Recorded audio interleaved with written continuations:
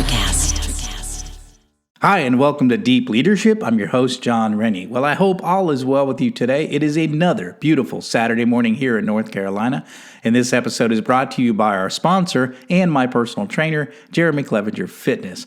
I'm also excited to announce that we have a new sponsor on the show, the Sasquatch Flag Company. The Sasquatch Flag Company is a family-owned business in New England that builds hand-carved American flags from seasoned white pine. Now, if you watch these episodes on YouTube, you'll see one of their flags behind me in the studio. Now, I love these flags, and I've been giving them as gifts for years. So go to SasquatchFlags.com and check out all of their unique designs. I have another great show lined up for you today, but before we get started, I just want to remind you to check out the leadership books I've written on either Amazon or my website, johnsrennie.com. This year, I'm offering a new way to purchase all of my books for a discount. I've bundled the books into what I call the Qualified Watchstanders series, and you'll get all three books for just 15% off the individual prices. This offer is available on my website, so check it out if you're looking to step up your leadership game in 2023. Well, that is it. Today is part 2 of our conversation on Navy leadership. My guest is the host of the popular Don't Give Up the Ship podcast. He is a retired Master Chief Petty Officer with 21 years in the submarine service. I was honored to sit down and talk with him about leadership issues in the submarine force, the Navy, and the military in general, with a guy that cares deeply about leadership issues in the military. Now, I've had a lot of positive feedback on the first half of this conversation, so get ready for part 2. And are you ready to dive in? Let's get started.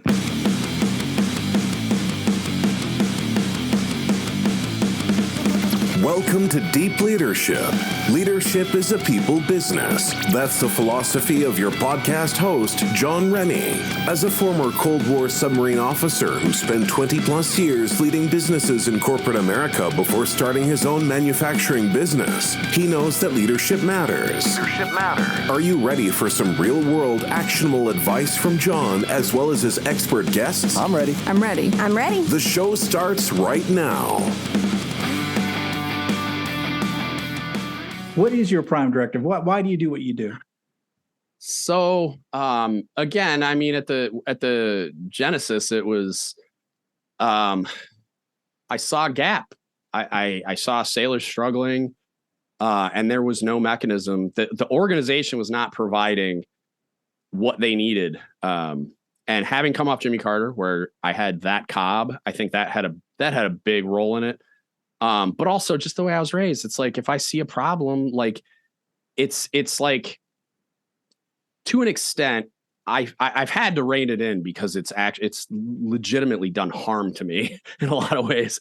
But the principle really is like, if I have the ability to help, I have the responsibility to help. And I've applied that principle pretty, I don't know if harshly is the right word, maybe, but like, sternly to myself as a chief, right? And I don't, and just as a military member, it's like, I don't think that the responsibility ends when my service ends. Like, to veterans, active duty sailors, like I just feel like if I can help when it's and I've limited myself to like where I'm not like giving so much of myself that it's harming me, which is what I got to that point when I was on active duty a few times, but I just didn't, at the time, I didn't think that was possible. I just thought I had this like capacity to help people, and it would never it would never be too much. But yeah, I just feel like it's just a responsibility. I can't not, I don't know. I think it has a lot to do with how my parents raised me. I mean, we were volunteering constantly. I basically grew up in a what do they call it? It was a nonprofit that like helped people with groceries. It's not like a soup kitchen. It was like a food bank. I basically grew up in that place with all these senior citizens that were like churchgoers that volunteered their time. And then it was my mom, and the director was like about close to my mom's age, a little bit older, I think, but they were the passionate, like mission driven, like we're trying to really make an impact. And it was just like, that's how I was running around in there as a kid. I grew up in the church as well. Like the non-denominational Christian side, like it was more contemporary, I don't know, like Christianity. And yeah, I mean, it was just how we were raised to help I had 3 brothers as well. So it's like, you kind of grow up in that, like, we're a team. And so we help each other out. And if they need me, I'm there. Like, so it's, I don't know. Like, I think a big part of it was how I was raised, but then being in the military and so my experience from like day one to day chief was like pretty negative, like really bad leaders, learning the wrong way to do it. And luckily I largely interpreted that as like, when I'm in the position, I'm not going to treat my people this way. Turns out that wasn't entirely true, because I had never been developed as a leader and educated. So I kind of freaked out when I was an LPO and turned into a bit of a yeller and like a screamer and do what I want now without explaining. And then within probably 6 months into my LPO tour, I figured out that I was doing what I hated. From my initial, like I regressed to my lowest level of training, which is a line from some admiral somewhere during World War II.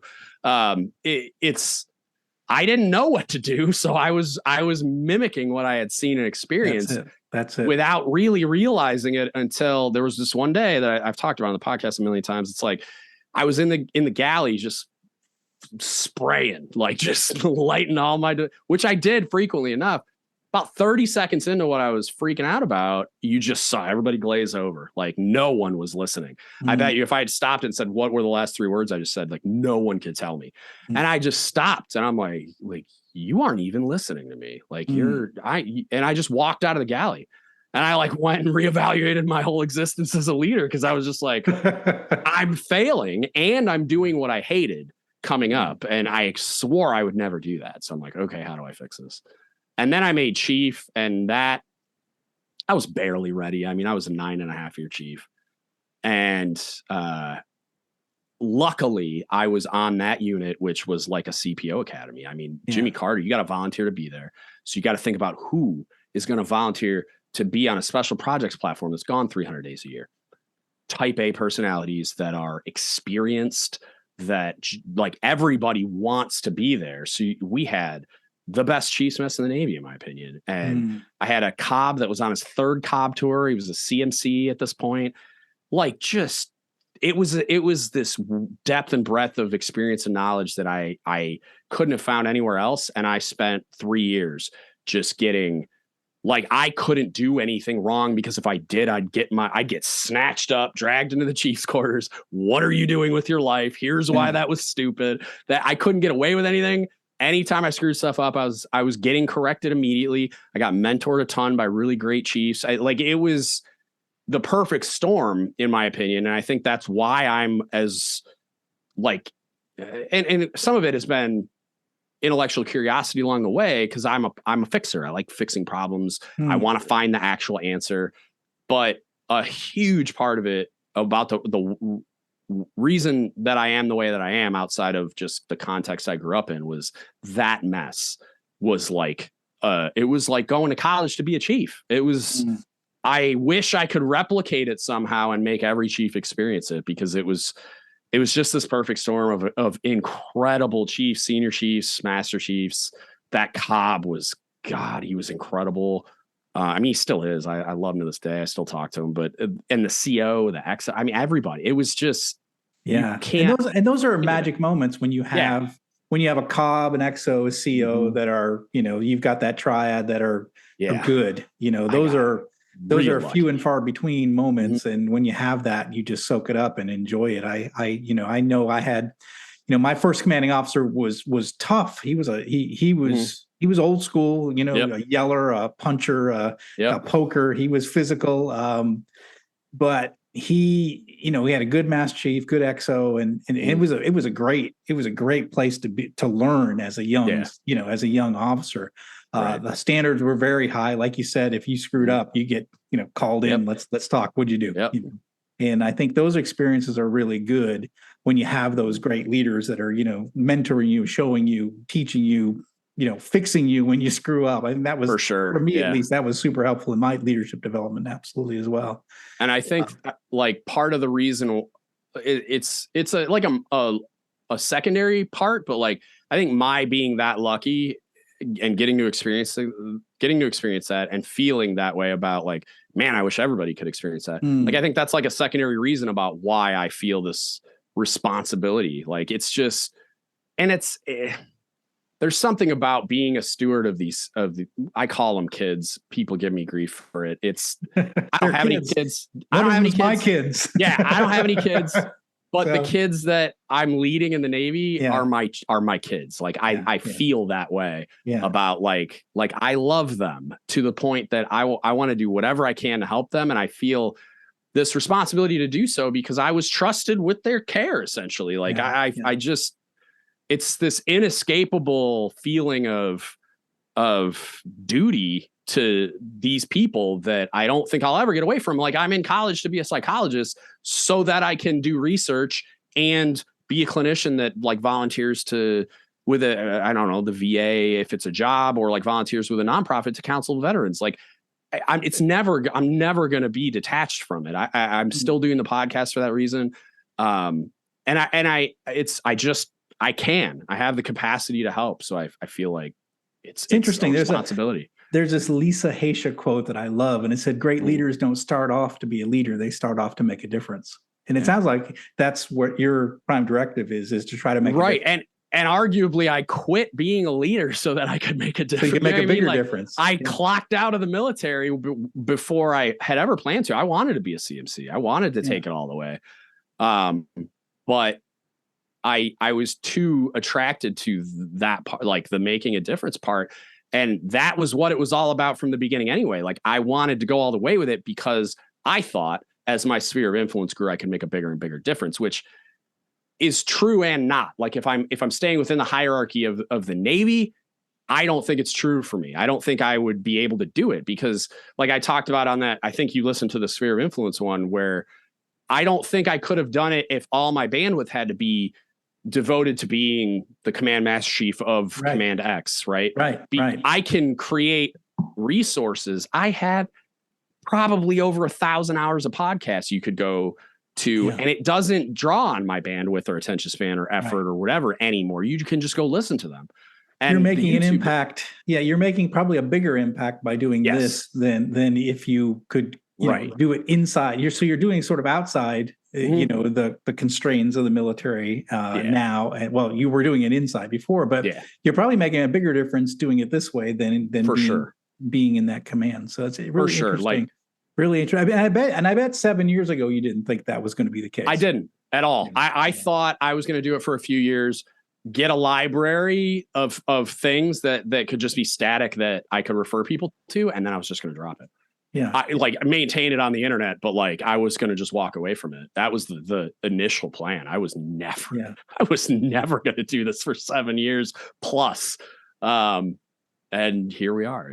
What I love about listening, when I listen in, I feel like for some reason, I feel like I'm back on the boat. You know, the conversations you have on watch where they're, on these long watches and you talk about everything. And I think you have a very great conversational style on the podcast. And I just think, like I said, you could just listen to you talk about issues. Sometimes you have guests, sometimes you just yourself. And I like that about it. So if people listen into the podcast, what are they going to get out of it? What kind of content do you put out there? Just for those who haven't listened yet. Yeah, you kind of said it. So everything from at the very beginning, it was focused on basic, like I was aiming at junior sailors. So the beginning of it is a lot of like formal topics. Like I started with like active communication and like leadership principle based stuff, just explaining what it is and why it's important. Because I was targeting like the E4 that got put in a work center suit position early and was like, oh God, what do I do? But then it evolved pretty quickly into just all types of leadership things that I thought were interesting. The recognition of the flaws in the Chiefs mess. And then it kind of expanded out into a lot of different things. I'm a big fan of leading with stories. I heard a talk, I believe it was at the Senior Enlisted Academy, but it's on YouTube as well. And I forget the gentleman's name, but there's an excerpt of him talking in my Leading with Stories podcast, which is like one of the first dozen or so, where he talked about the power of leading with stories. And so that was kind of where the spin the yarn concept came from, which is my shorter, off the cuff type things, where it's just me. I'm talking off the top of my head. Generally it's it used to be like a spontaneous thing would happen at work. Like I'd be in a meeting and some things would happen, or I'd have some interactions with some sailors, or I'd be told about something that happened in the mess, or we'd be at a DRB or whatever. And that would be, I'd come talk about that and try to pull all the lessons from it. And a lot of the times it was like the DRB went off the rails and the sailor didn't leave taken care of. So then I'd walk out and go put them back together again and try to be a resource or whatever. Or I'd be expressing my frustration about something that happened or whatever. And then I wanted to loop back to some of the, like, I wanted like an academic approach to like foundational principles. So we have some foundations episodes where I was trying to get other people to do it, because that's not really my strength. My strength is the off the top of the head conversational type stuff. So I had Andy, was a corpsman chief, and now he's a supply officer. He commissioned through OCS, I think. And then like, so we had those, and Paul Kingsbury did one for me too. Problem being, I got to find somebody who's willing to commit the time and effort to doing them. So we have stuff like that on there. It's expanded out into other ideas. I have a lot of heritage episodes. I'm a big history dork. I got the museum behind me. Yeah.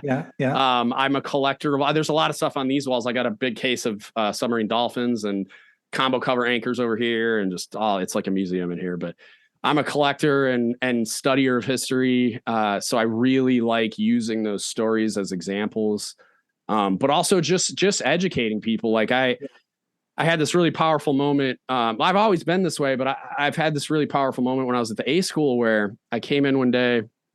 We would form up for like the end of the day on one day where they had this like student of the week award. It was like an all hands call on the boat, but with the student population. And I came down because the classrooms and offices are on the second deck. We would come down to where they'd be forming up, like in the little galley space where we did our training, and then marching wherever, back to the barracks or to the call them defects on army bases, but like the galley.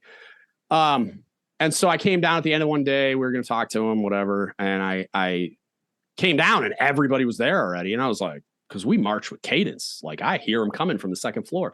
And I told the CS1 that had marched him over, I was like, hey man, I didn't even hear you guys. Like, you're like, what? I didn't, did you guys sneak in? Like, and he was just like, yeah, students are a little, like struggling with motivation today, senior. And I was like, oh, really? And I said, why? And it was a lot of what we would get was we would get a lot of students that were not enthusiastic about being cooks in the Navy, which I get it. I joined as a corpsman, had to switch rates. We don't need to go down that road. I didn't do anything wrong. I picked what I knew and I liked, as I had cooked before I joined the Navy. But I joined the Navy for an adventure initially. So I'm like, I want to do something totally different, and then I'll go back to that. But so I understood, and there were kids we would get students that like washed out of whatever A school for some technical thing. And they would just get told that they were going to go to CSA school because we needed people. So you'd get a lot of that where they just didn't want to be there. And I was like, okay, let's talk about this. So like I kicked the doors off the hinges, walked in, and just went absolutely nuts. Cause I was upset. Like, cause if you had gone into my office at the time, it was like a museum, but like I study cook history and I'm really passionate about it because a lot of people don't think it's important, don't care, or which I found out after I gave this like passionate speech about why they were lucky to be there and why they're part of a really cool story. My staff didn't. I had first class instructors that were retiring from that command. I had a lot of people who had been around for a long time, and it's significant because of what our history is, that a large portion of that staff was African American. And if you look back at the history, there's a great book called The Messman Chronicles. It was written by a corpsman chief, but it was chronicling the effectively like the journey of African Americans in naval service. And so by virtue of like what segregation was and racism back in the day, it was like they were in servant type roles, especially when we were going to lose the Philippines as a territory, because that's what it was before. That's why I get the Filipino mafia jokes to this day.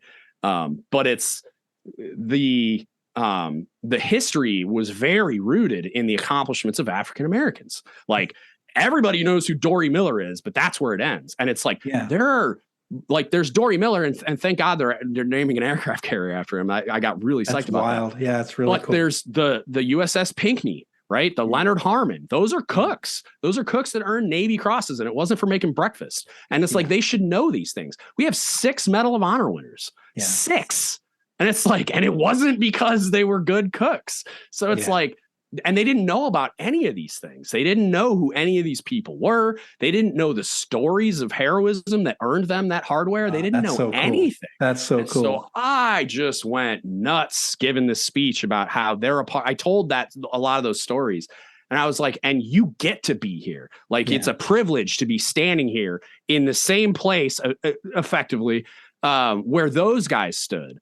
And that went on to accomplish those things. You might get detailed to the Pinckney, and that ship is named after a cook. That's a big deal. And then and I told him, like, African Americans in the audience, like, we always talk about Dory Miller being the first African American ever in the Navy Cross for heroism. Pinckney did it. Harmon did it.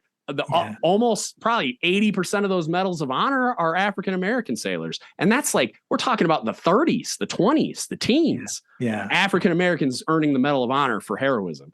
We'll be right back after a quick word from our sponsors.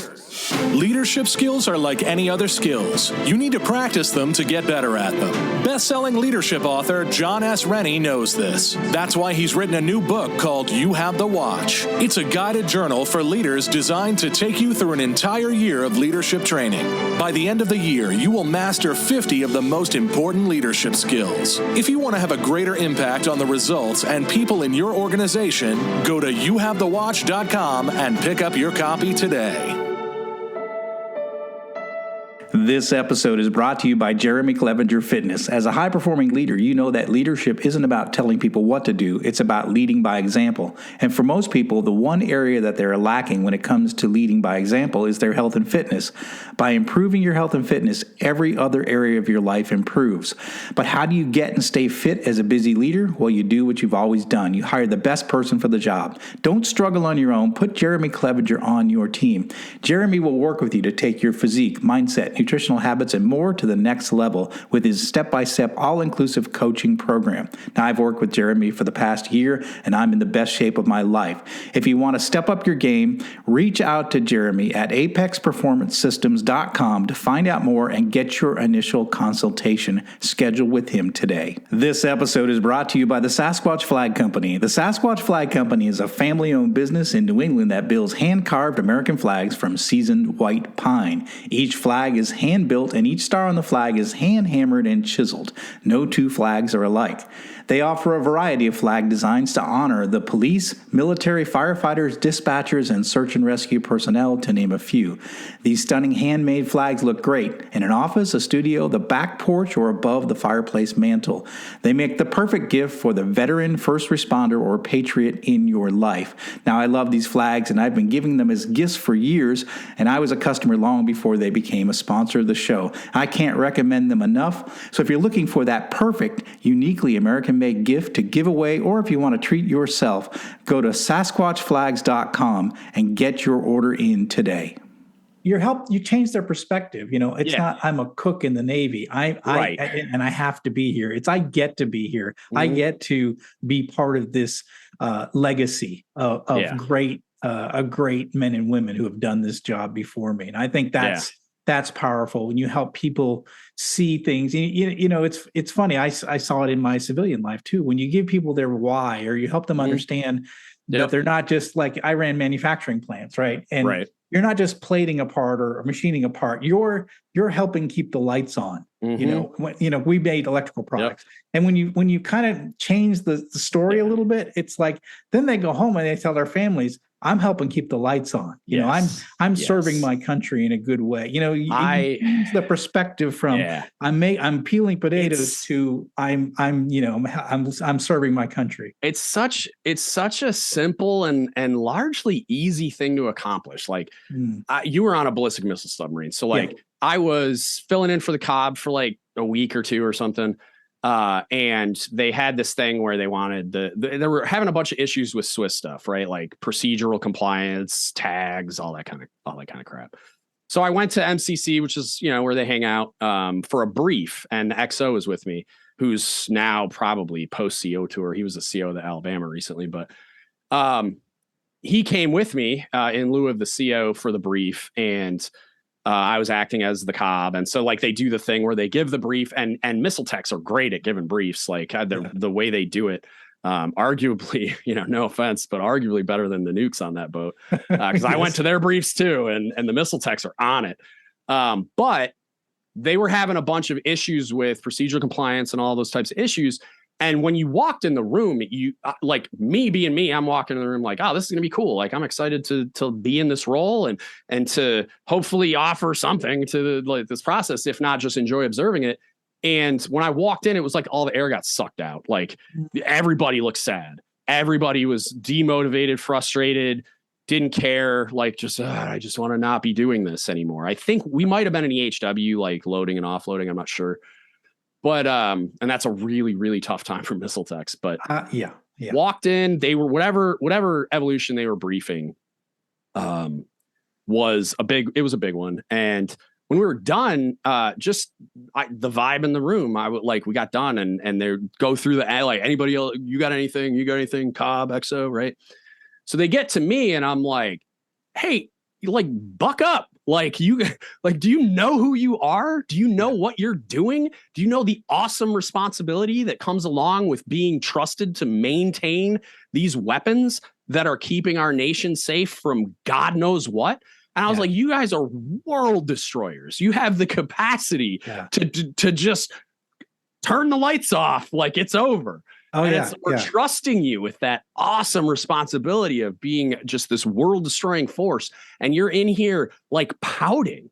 Like, it takes some pride in the fact that you're this person, you're in this role. Like, it's so easy to lose sight of the impact of the thing that you're doing when you're in the grind of doing all the little things that add up to the sum of the mission. Right. And it's like FSAs in the scullery. Like, COs love to say that, like, oh, everybody's just as important to the mission. And they always say, like, they'll pick somebody like important, like a nuke or a sonar tech or whatever, or who they deem to be important, all the way down to the FSA in the scullery is always how they end it. And it's like, it is arguably like subjectively true. But it's like you're not an FSA in the scullery. You're a submariner that's in the process of earning their dolphins. You get to join that story. And that story is fun and impressive. And you should be proud to even be here. Like, you get to be here. Like, do you know how many people would love to be here but can't because there is a medical disqualification? Or like, I got a buddy that I do jujitsu with that's a felon because somebody stole his computer or something and he confronted them. And when he confronted them, they got in a fight and he beat the crap out. Like, he won. He didn't like try to kill anybody, but like, he just won. And then the kid pressed charges. So he was 18 and that kid was 17 and they were in high school and they charged him with a felony. And he wants to work at the shipyard doing that mission, right? Like, he wants to be involved in that, and he wants to be involved in it for all the right reasons. And he has a hard time because he's excluded based on the fact, like, getting a security clearance as a felon is not going to be it's going to be a tall ask. It's possible. It's going to be a tall ask. So, and he's my buddy, this other guy that's friends with him as well, describes him. He's such a nice kid, and he would be such an asset to that organization. And he says he has the personality of like a golden retriever. Like, that's the best way of like a human golden retriever, the nicest kid on the planet. I love him to death. And so it's so hard to watch a person like that just wants to be involved in that thing. And it's, some of it, like, he wants to better his own life and make more money and have a career and have a pension one day and all those things. But like, you can tell he cares. Like, he wants to be involved in that thing because it feels like it would give him a sense of purpose he doesn't currently have in all the jobs he's doing. And it's like, he can't, or he believes he can't right now. Like, we're working on it, but there are people like that out there that can't. There are people out there that have medical conditions or some other limiting factor, physically, mentally, whatever, that precludes them from being part of this community. There are people that can't get a security clearance because their credit's all left up, or because they have some other issue that precludes them from getting the security clearance you need to be part of this thing. Like, there's not a lot of people they're going to let within, arm's reach of a ballistic missile. So it's like, that's a huge deal. Like, you should. I was given some perspective on this by some of my friends when I would go back home and visit. And I was going to college graduations and all this stuff. And I felt like a failure. Like, I'm like, they're all graduating from college and going on to these careers, and I haven't done anything. And I said it to my best friend growing up. I had gone to her college graduation, and I said that to her, and she, like, her jaw hit the table, and she was like, what are you talking about? Yeah. You've traveled the world. Yeah. Like, you're a nuclear submariner. You live in Hawaii, for Christ's sake. Like, you're doing this insane thing that most people, like, would be afraid to do, let alone, like, you, like, accomplish what you've accomplished up to this point and blah, blah, blah. She's like, shut up. You're doing just as well, if not better. And I didn't have that perspective at the time, but she put it in perspective for me. And I was just like, I think that's great. Oh. Yeah, that is good. And it's good to give people perspective, because I think especially, I've been out of the Navy a long time, and you think back at those, we were given a lot of responsibility at a really young age. Yeah. It's, if you never get, you'll never get. Like, it shocks me to this day that they let me stay in diving officer of the watch. I'm like, are you sure? We got done with my dive board. I thought I failed. We were in the OCAB. So, like, I was in the SEAL's office, finished the dive board. I walked out. I'm like, God, I got to do this again. Oh my God. Like, because I'd been stressing out about it, freaking out. Like, definitely not my strong suit. Even though they thought I was good at it for some reason.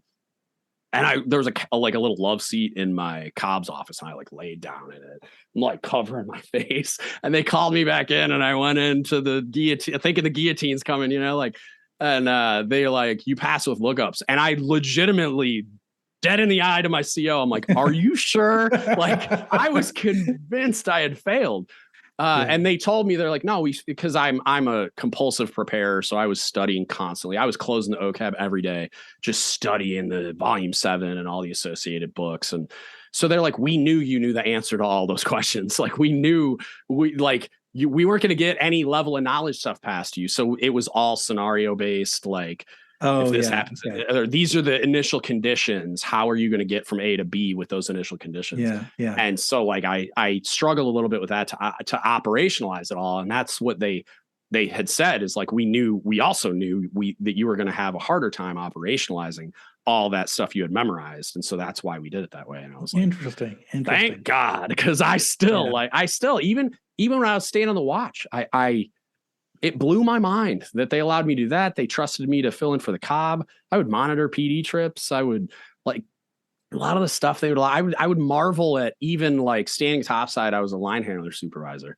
and I would stand topside on the turtleback, like, looking around, like, holy Jesus, like, going down, we were going up and down the Puget Sound, like, going under the bridge, people are waving at us. And I'm just like thinking about how I would feel if I was that person on the beach standing there watching this just enormous sea monster go by with these people standing on the back, just like, and they're saying, I wonder what it's like to be on. And we're here. And it's like, but also, like, you can watch the submarine dive in the sound, right? We dive before you even come out. So there's videos on the internet.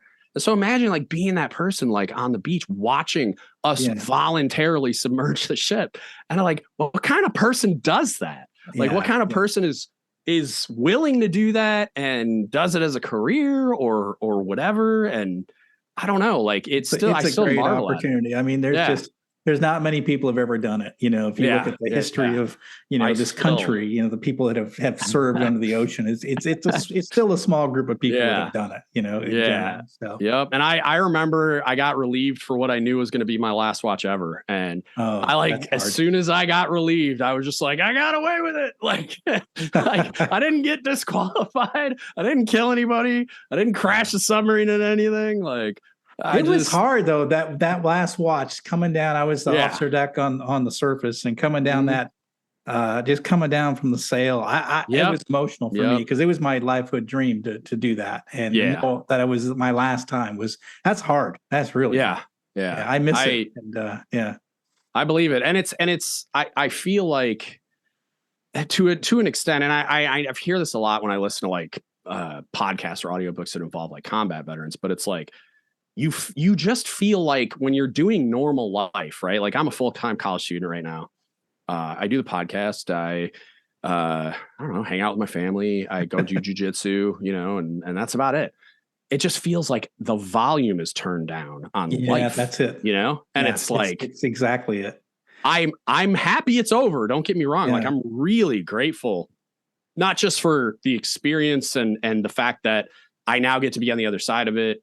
I'm incredibly blessed with all the benefits. Like, I don't like saying this, but I kind of like saying it because it's like, it illustrates how privileged I am at this point. Like how much gratitude I have for the experience, but the benefits of the experience is like, I make more money right now to do college than I did as an active duty Master Chief.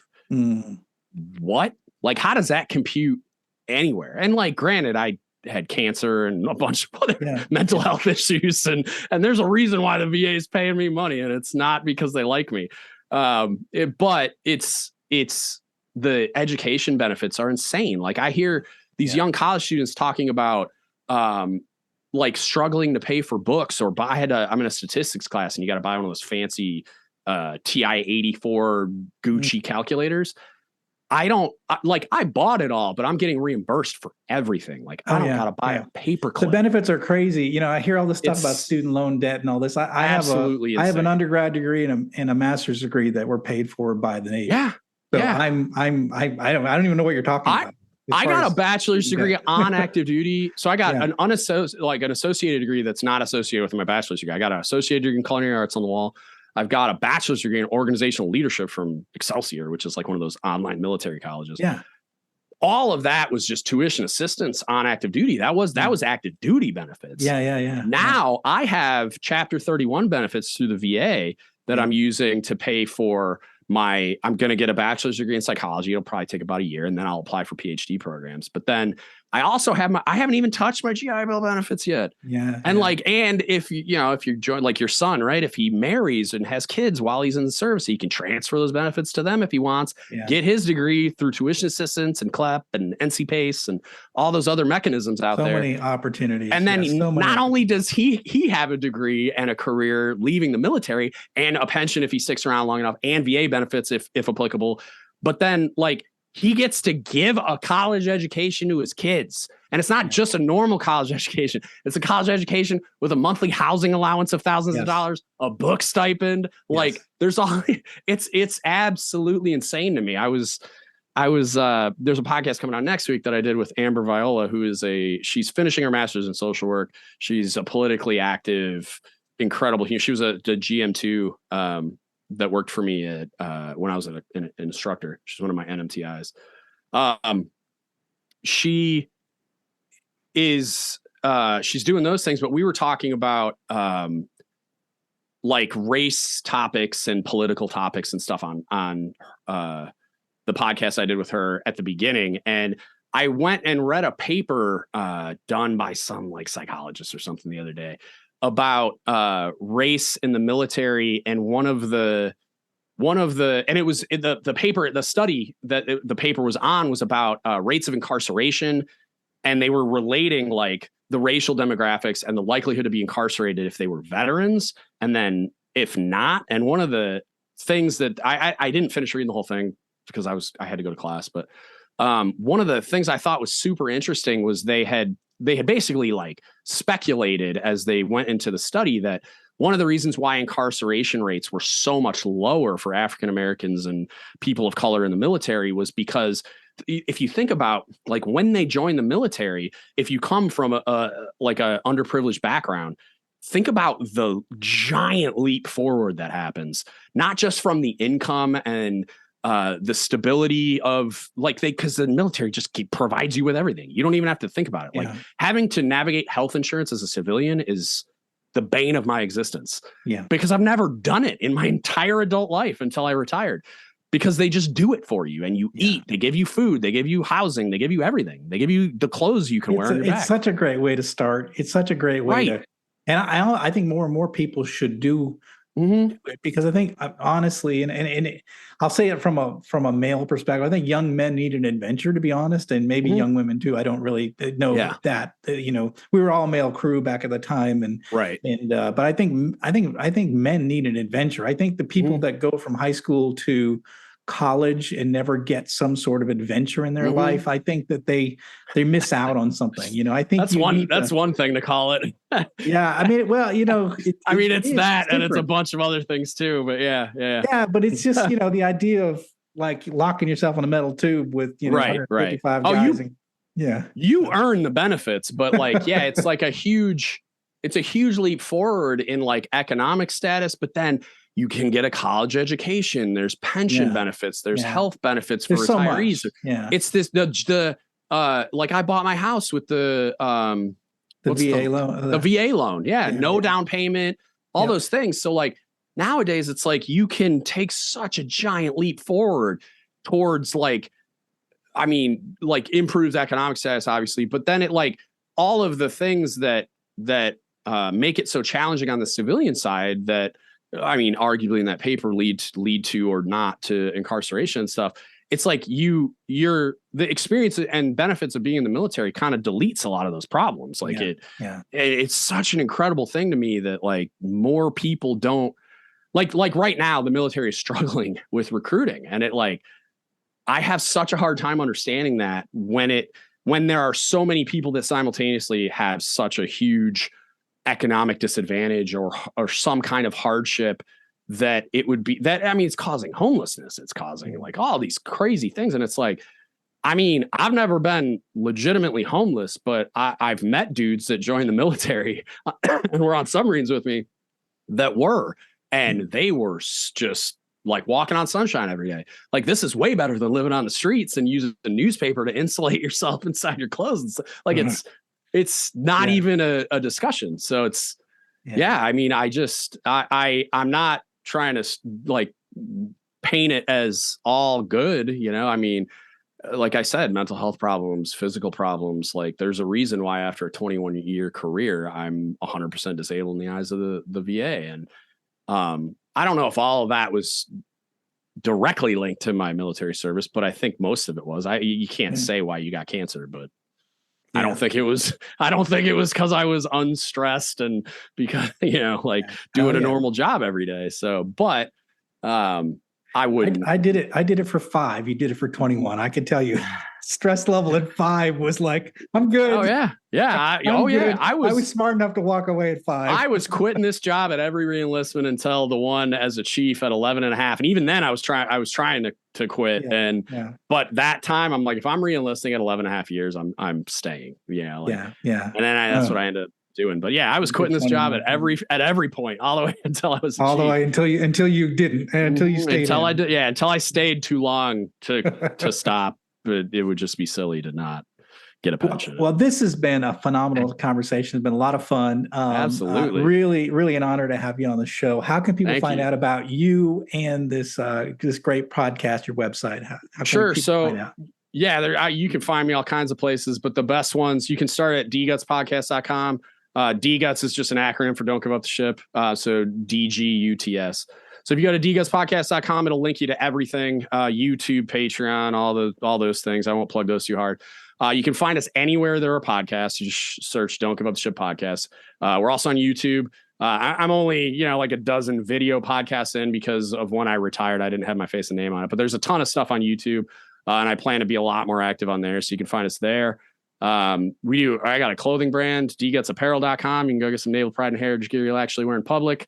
That's the thing I'm pretty proud of. I'm active on Reddit, Discord. There's probably something I'm forgetting. It's just, you can find it, Instagram, everything. It's like at DGUTS podcast, or don't give up the ship podcast on Facebook. But we're all over the place. But you can generally find us by just search Don't Give Up the Ship podcast on whatever platform, or DGUTS podcast on social media, and you'll find us. That sounds great. We're going to go ahead and put links in the show notes for all those resources. And I really highly recommend that you take a listen to this podcast because I enjoy it. It's one of my go-tos. It's on my feed. I listen to it in the car, and I really like it. You cover a lot of important leadership topics, and you get into a lot of things that I don't even get into in this show. So I do highly recommend that you listen to this podcast. Go ahead and follow that link, subscribe, and you're going to enjoy it. Thank you for coming on the show. Thank you for sharing all this. And it's been a really fun conversation that we'll likely have to break into 2. Did we go that long? It's the longest recording podcast I've done since I started this podcast. So yes. This is great. I think we'll records. break it into two, but this has been a great discussion. Yeah. I really appreciate, and I'm honored that you come on the show and we having this great discussion.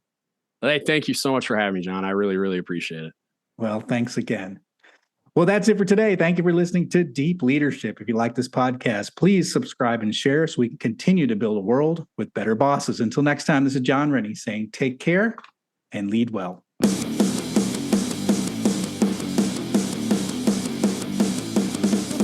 Thank you for listening to Deep Leadership. Thank you. Thank you. Thank you, thank you, thank you for all you do. We hope you enjoyed today's episode.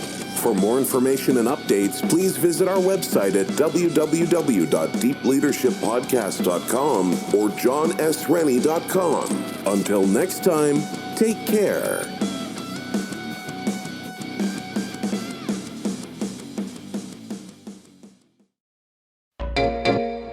Hey there, fabulous souls. I'm Stephanie Baklaan. And I'm Eden Alpert. And we're the hosts of the brand new podcast, Unapologetically Fab. Get ready to join us on an amazing and real journey as we dive into life after 40 and own it. We're all about changing the narrative, leaning into who you are, and living a life by your own design. Join us as we embrace life unapologetically and redefine success. This is Unapologetically Fab, An Electric Cat production. See you there. Electricast. Hey there, I'm DC. I host the rock podcast Back to the Arena, The Interviews. It's about a 30-minute podcast where I talk one-on-one with a band who has released new music. You can find us on all the best podcast sites like Spotify, Apple, Google, iHeartRadio, and more. If you're a rock fan like me, subscribe today to Back to the Arena, The Interviews. Electricast.